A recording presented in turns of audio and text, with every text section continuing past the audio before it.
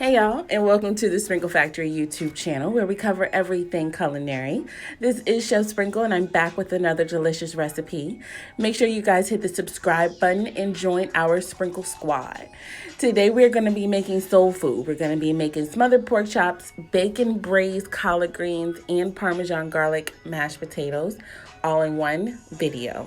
We are going to jump right into it. We're going to start with our collard greens. I put a 1/4 pound of sliced bacon and I just chopped it up, and we want to get it really crispy.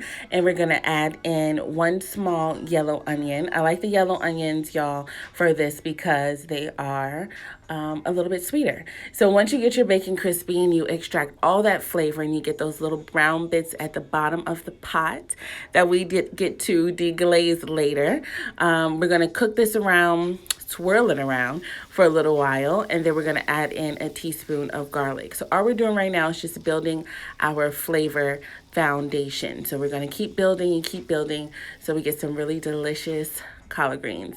So as you guys saw, I did put in 1 chicken bouillon cube. And literally those little cubes pack a ton of flavor. So on top of the chicken bouillon cube, we're going to actually add in some chicken broth.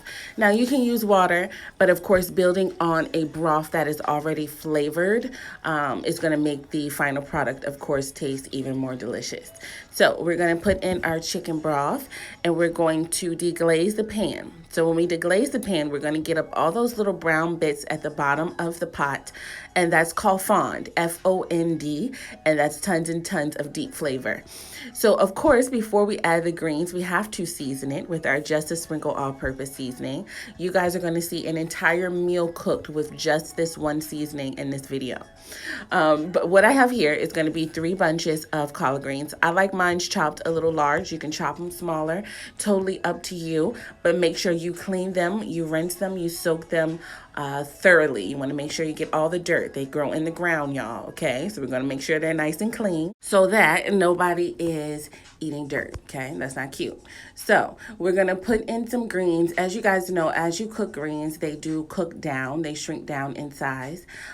So just load your pot up as much as you can get in there with still being able to apply the lid on top. Let it cook down a little bit, and then you can add some more, or you could just get a bigger pot and put them all in at once, y'all. But yeah, so we're just going to keep putting the greens in the pot here, again, as much as it can hold, and we are going to season it again, of course. We want to season it in layers, again, with our Just a Sprinkle all-purpose seasoning. This has notes of onion, garlic, chili powder, everything that you need literally for this to taste delicious.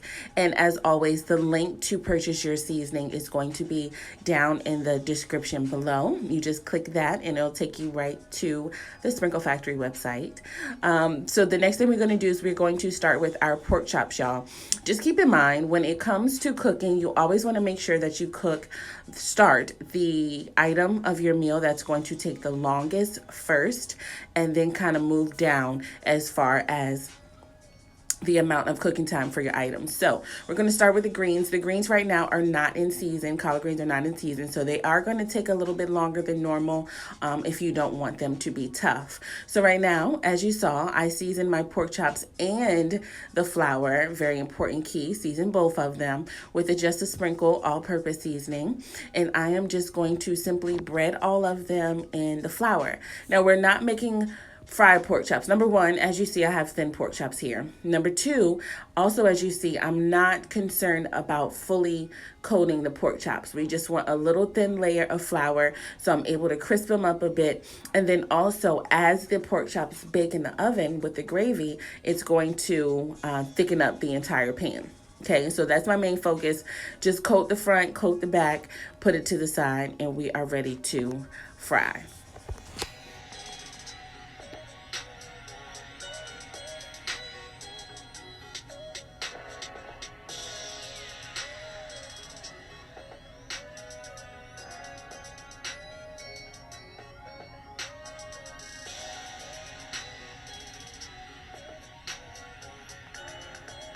just like that. Now, I'm back at the green pot, y'all. I'm just stirring it up a bit. As you can see, they shrink down by literally halfway, and they're going to probably shrink some more. But I'm going to go ahead and add my additional greens to the pot. And at this point, taste your broth. Make sure you love the seasonings. If not, add some more seasoning. But we're also going to add a tablespoon of oil. Don't ask me why. This is what my grandma did, so this is what I do. I never really got to ask her the question as to why she does it, but I will never deter from it. I'm always going to follow her recipe, or should I say her techniques. But other than that, y'all, we want to get to frying the pork chops. Of course, we are just going to brown them. That's our main concern. We're not concerned with cooking them all the way through because they are going to cook the rest of the way in the oven.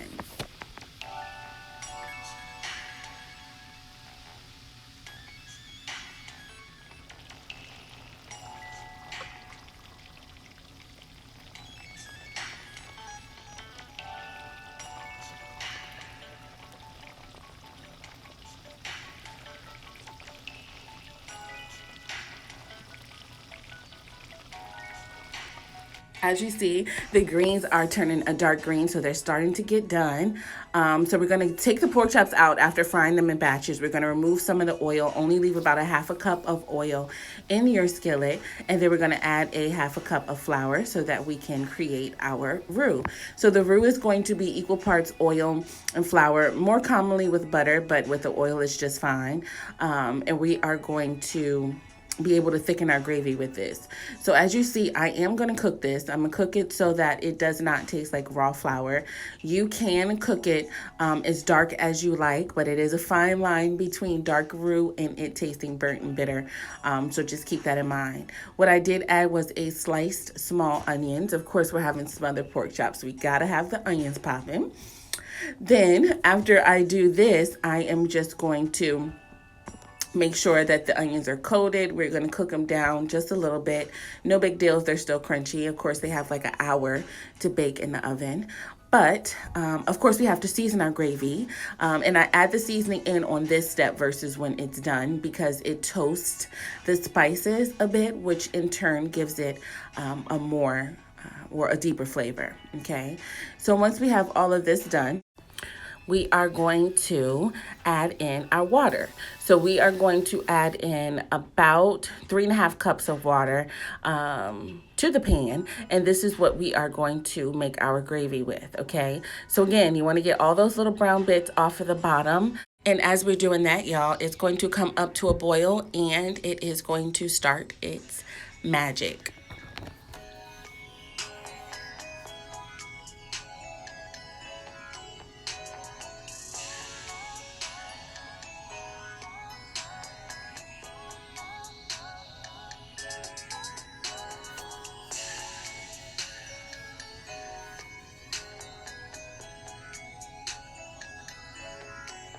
Now, this is dark enough for a smothered pork chop gravy, but I personally like to add a little browning seasoning in mine.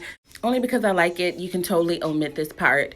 Again, it's your gravy, it's your meal. You're feeding your family and your friends, y'all. So do what you want to do with it, okay? And at this point, what we're going to do is we're just waiting for it to thicken up. But I am going to let y'all in on a little secret now, okay? Only my family knows this. But when it comes to gravy, I add a little bit of heavy cream. It makes it richer. It makes it like velvet, literally. And as you can see, as it's coming together, it's super smooth, super shiny, super delicious, trust me.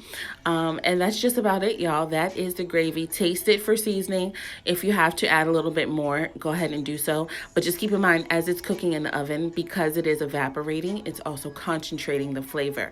So if it's salty now, or if it's perfect now to taste, it may be a little bit salty when you take it out of the oven. Cover your pork chops, and we're going to cover them and bake them at 400 for an hour.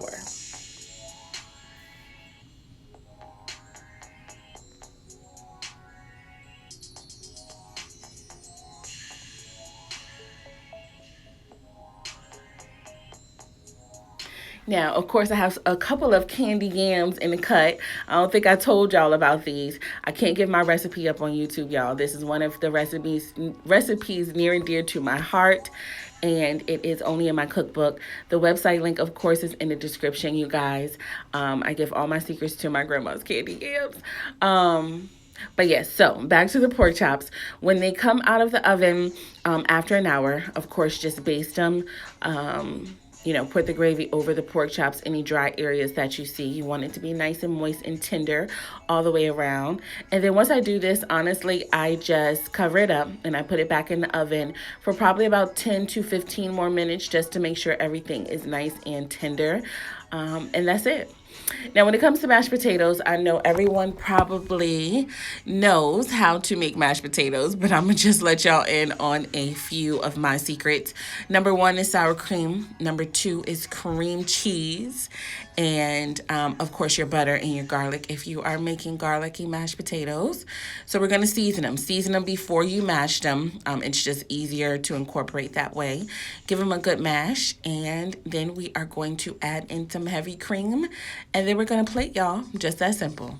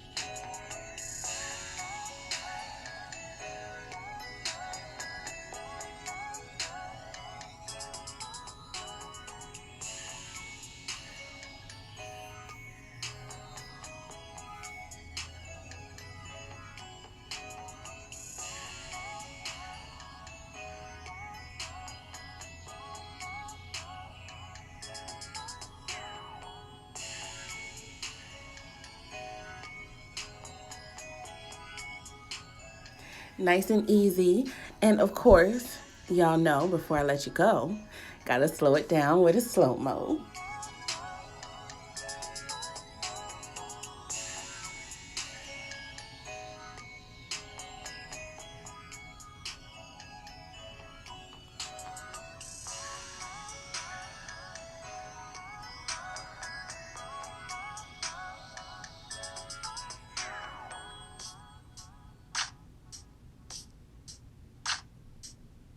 Just like that, y'all, Sunday dinner is served. Dress it up with a little food glitter, aka parsley, and your family's stomachs are going to thank you. I love y'all so, so much for watching. As my grandma would say, this is finger licking time.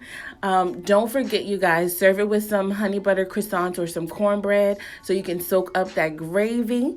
And as always, I'll see y'all next time.